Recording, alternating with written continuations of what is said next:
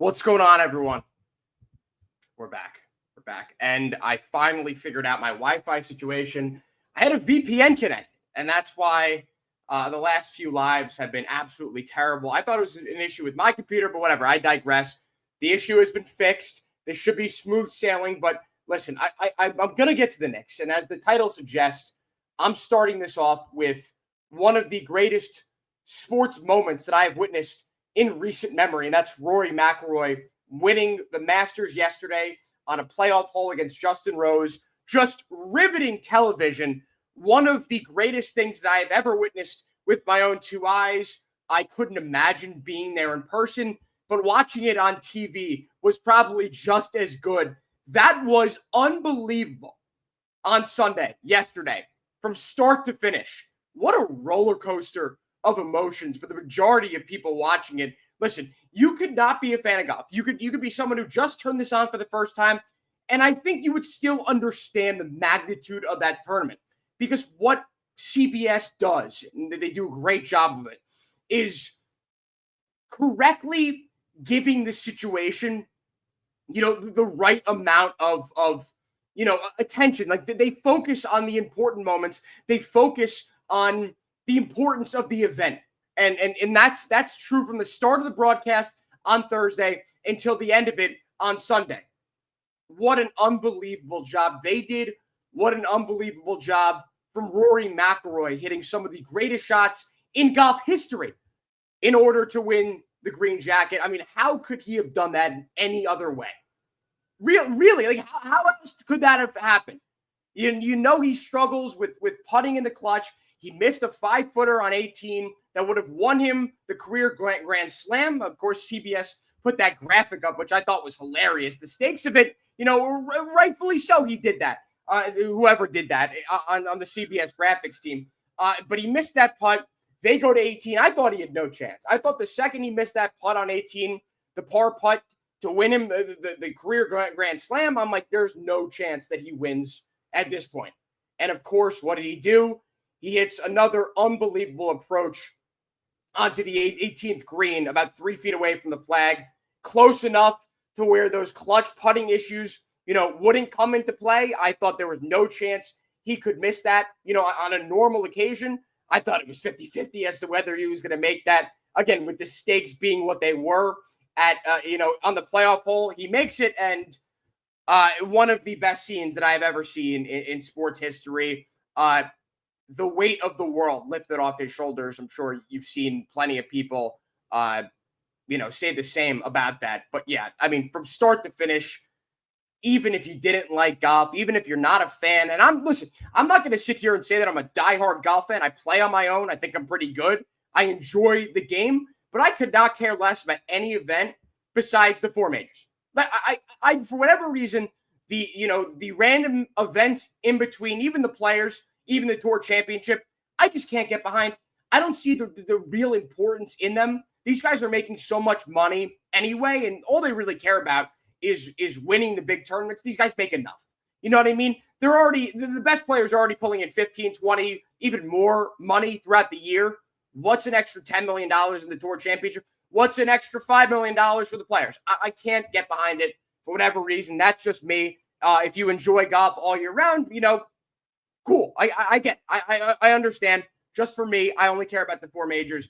And boy, was that enjoyable to watch yesterday. I feel terrible for my neighbors. I was screaming the entire time.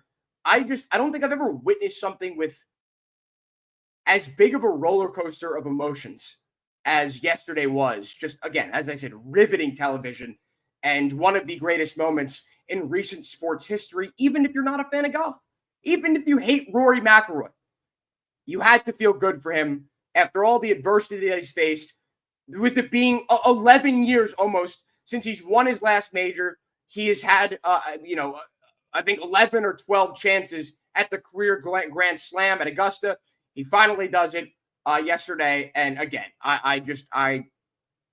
one of the best moments in sports history that I witnessed, and one of the greatest sports viewing days for myself.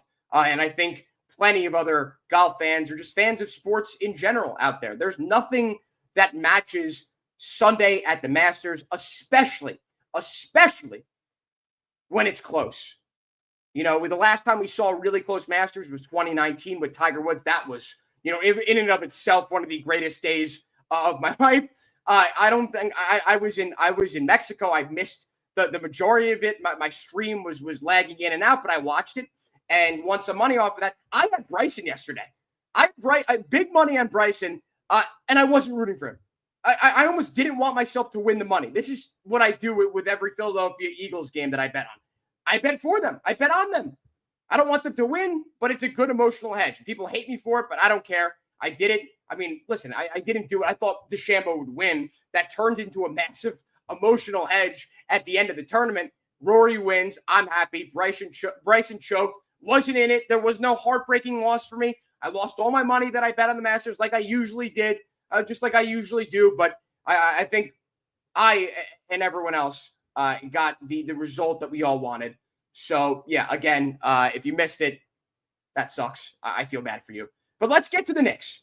And I just want to point this out that a full preview for this playoff round against the Pistons will be out on my YouTube later on this week.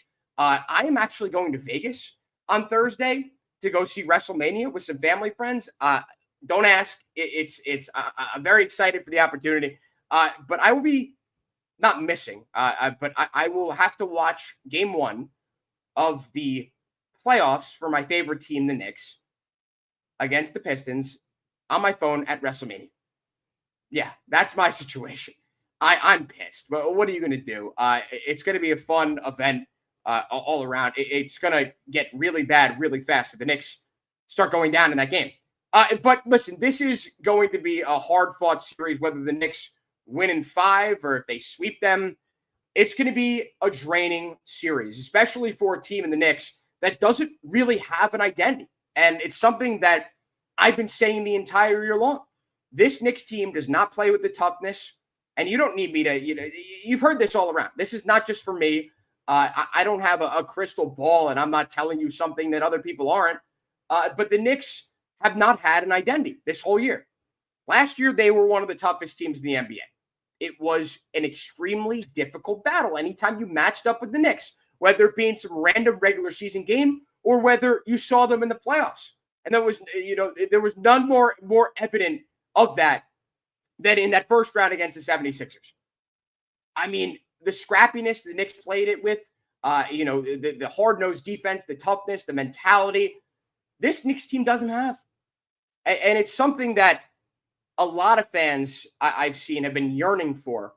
And it's a reason why they are upset with the current state of the Knicks. And it's difficult to go about any season comparing yourself to seasons prior or other teams in the NBA. The Knicks made their bed with those 2 trades that they made in this past offseason for Mikal Bridges and then for Karl Anthony Towns. This is who they are. You could say that the Knicks went all in for nothing. I'm going to reserve that judgment for after the playoffs and after the Knicks potentially get knocked out, either in the first round or the second round. I don't see them, of course, advancing past Boston. That's another story for another day and something that I'm sure we will cover plenty if the Knicks do indeed beat the Pistons, which they're favored to do. I think they're minus 340 or minus 350 the last I checked, and for good reason. This Knicks team had championship hopes going into the year. There was a thought that the Knicks were on the same level as Boston. I certainly thought it myself, that they were above Cleveland. Of course, that was one of the biggest surprises, along with the Pistons in the Eastern Conference this year, how freaking good the Cavs were. I don't think anyone expected the Cavs to be the number 1 seed over the Celtics. I don't think anyone expected the Cavs to sweep the Knicks in the season series. I certainly didn't, and I'm sure you didn't as well. But Knicks lost 3 out of 4 against the Pistons during the regular season. Cade Cunningham went off in each and every single one of those games. I believe he shot almost 60%, 56% from Cade Cunningham against the Knicks this season in those 4 games. They simply have not done a good enough job stopping Cade Cunningham from getting to his spots, from getting to the rim, from getting that high post up that he's able to dominate so much because he's so big. And he plays like I think he's 6'6". He plays like he's 6'8", 6'9". I was so high on him, along with everyone and their mothers, going into the draft, in which he was picked first overall. He's an unbelievable talent. He's an unbelievable talent. Someone that, listen, I think he's going to win the most improved player. Do I agree with that selection? Do I agree with him winning it? No, absolutely not. A first-round pick, a former first-round pick should not win most improved player. You have high expectations going into the league.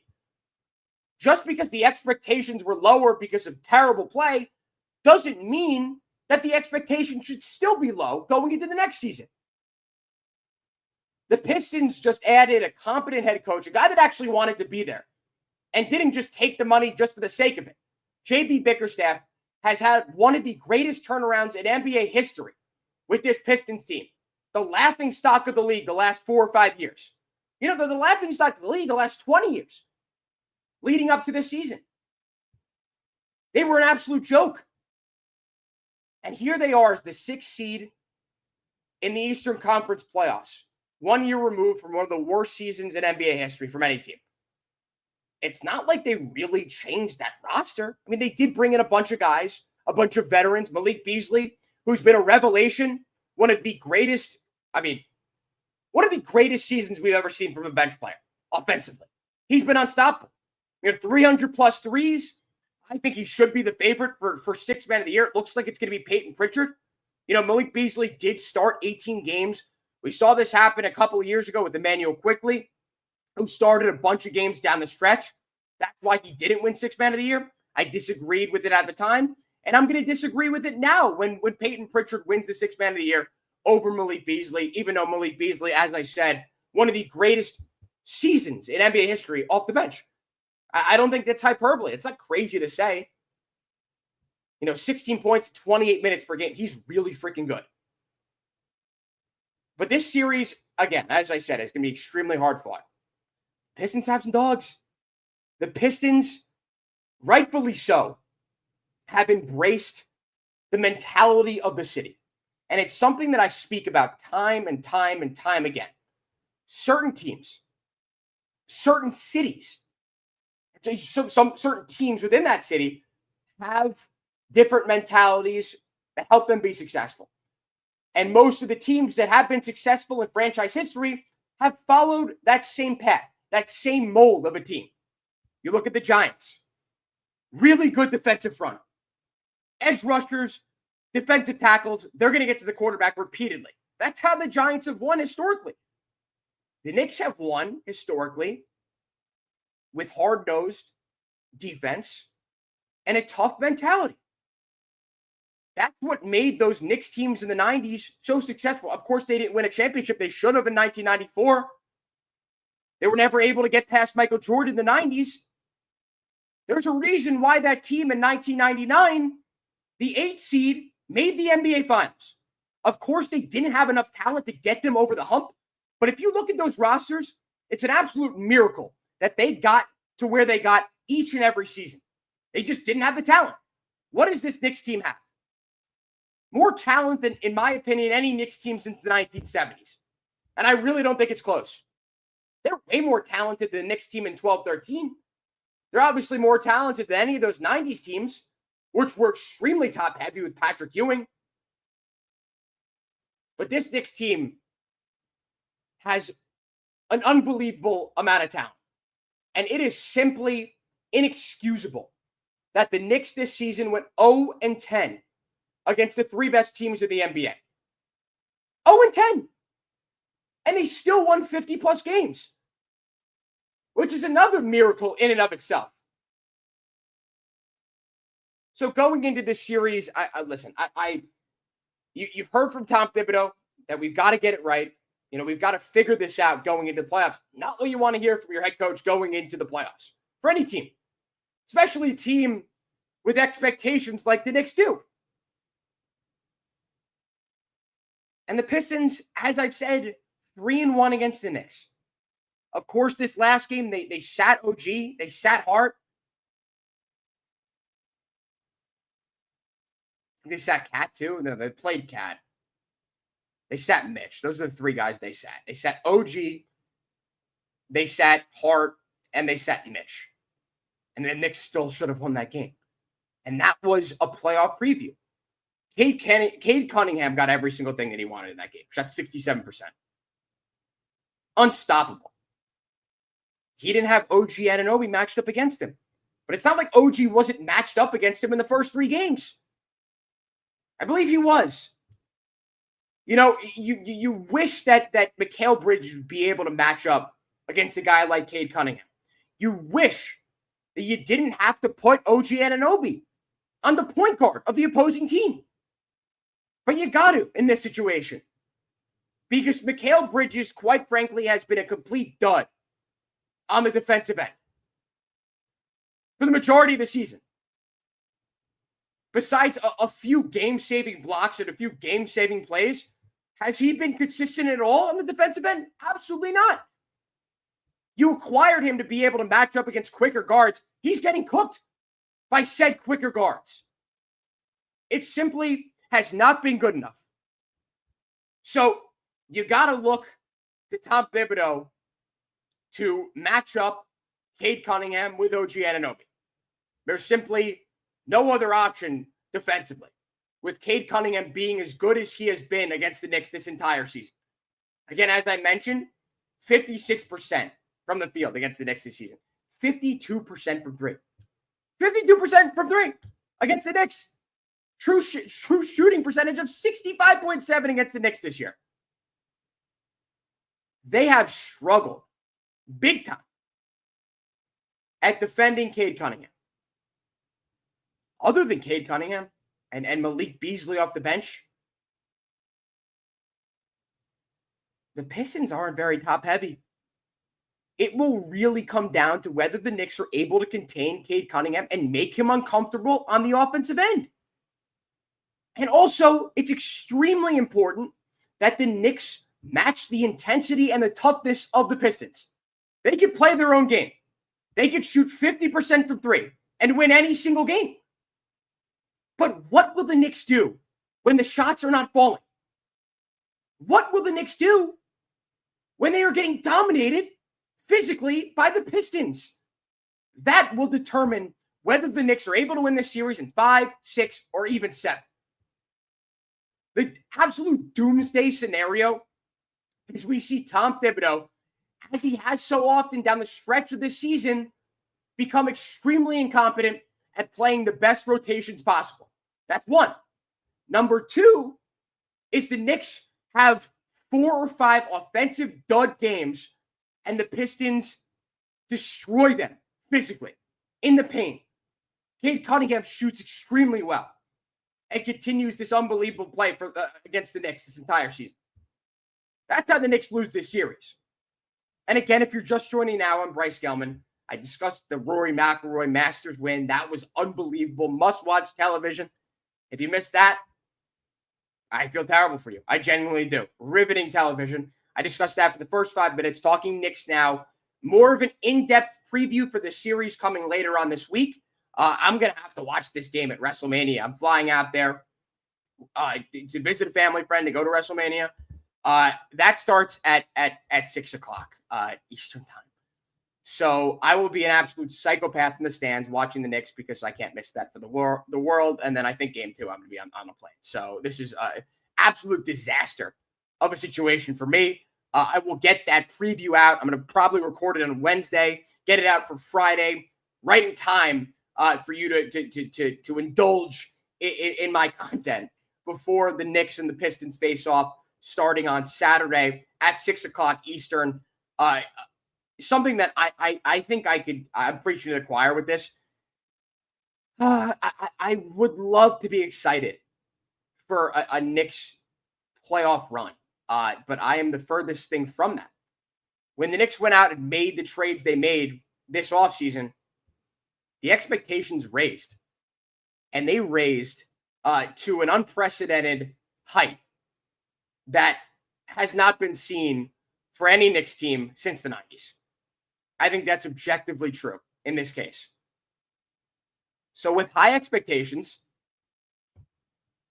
comes a high likelihood that you are let down.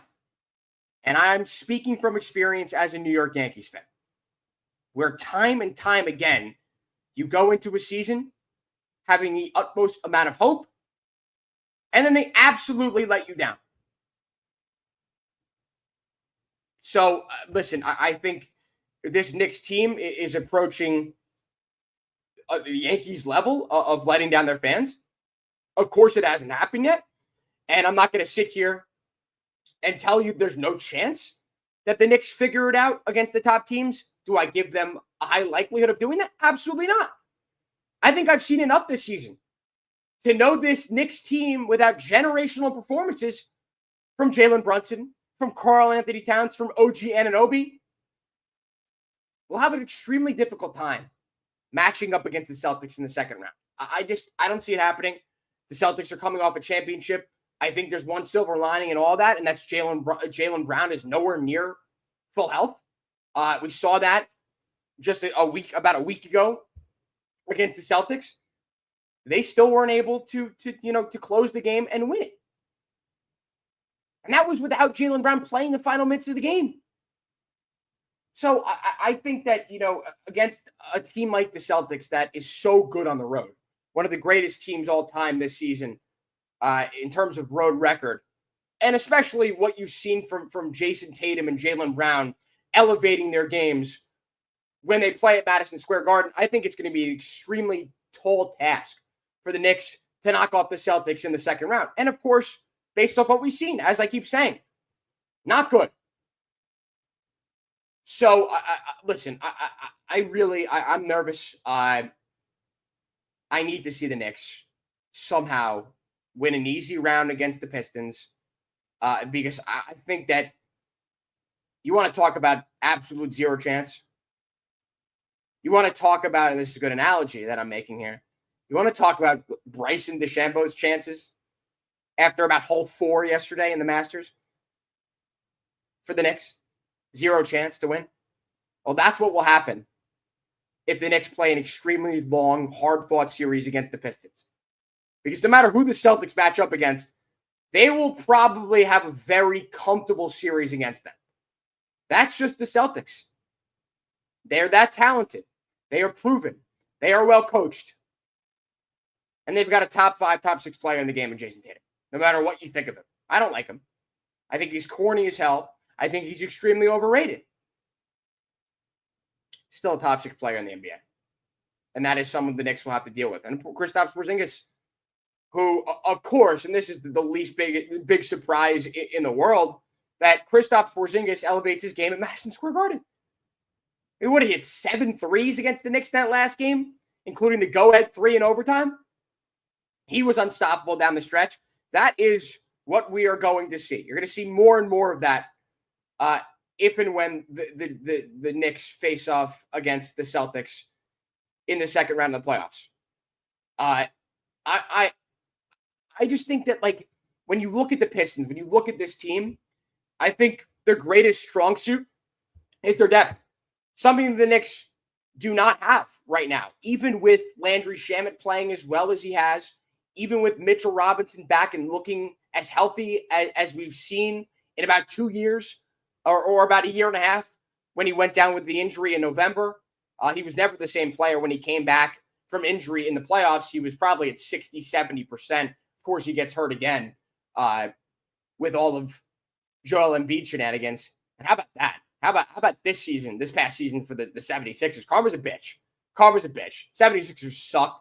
I will off myself if the Sixers get the number 1 overall pick and are able to select Cooper Flagg. I will actually off myself 100%. You can count on that. I swear to God, I cannot deal with that. I'd rather the Nets get it. That's where I'm at right now. I digress. So with Mitchell Robinson back, you got Shamet playing extremely well, knocking down the 3 at a very high rate. The Knicks have more depth than they did about a month ago. I think that the bench looks a lot more playable as of right now than it did earlier on the season, when that was by far their biggest Achilles heel in each and every game. So that's better. That's one of very few positives going into this playoff series. Another positive being OG Anunoby and how good he has been offensively. Jalen Brunson does not look 100%. He is, I'm not going to say unable to create space, but it seems like he doesn't have much burst in his first step. He doesn't have as quick of a first step as he has had all season long. And that is to be expected when you come back from an ankle injury like that. No one's saying the Knicks rushed him back. I highly doubt they did that just to get him. You know, the All-NBA awards, the end of the season awards, you got to play 65 games. He had 62. They brought him back with 4 games left. He plays 3 of those games. He gets to 65. But he didn't look 100%. And I think this whole week off the Knicks have gotten and will get before Saturday is absolutely essential for the Knicks and for Jalen Brunson to get back healthy, to get back to as close to 100% as humanly possible. Because if he's not there, the Knicks have no chance, even against the Pistons. Their late game execution has been subpar the entire season long. They had no business losing that game to the Celtics last week. No business. They turn into some of the most incompetent players in all of sports down the stretch. Tom Thibodeau turns into a rec league basketball coach at the end of games. You know, drawing up a 3-point shot for Josh Hart at the end of regulation against the Celtics? Give me a break. Give me a freaking break. No wonder they lost that game. So, again, as I said, more in-depth preview coming later on this week. Stay tuned for that. One Giant Step will be out. If not tomorrow afternoon, Wednesday morning. Sean Morash and myself will discuss a bunch of different draft prospects, I assume, for the Giants. That will be fun. It might be a must-listen episode. It's been difficult, you know, throughout this offseason, finding stuff to talk about.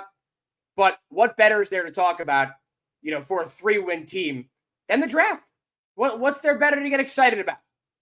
You know, I'm through the freaking roof when it comes to draft talk. Because when you are a fan of an incompetent team, an inept team, an inept franchise, there's nothing else to get excited about besides the draft, just like in the NBA with the draft lottery. So we'll be discussing all things Giants on the next One Giant Step. Stay tuned for that as well.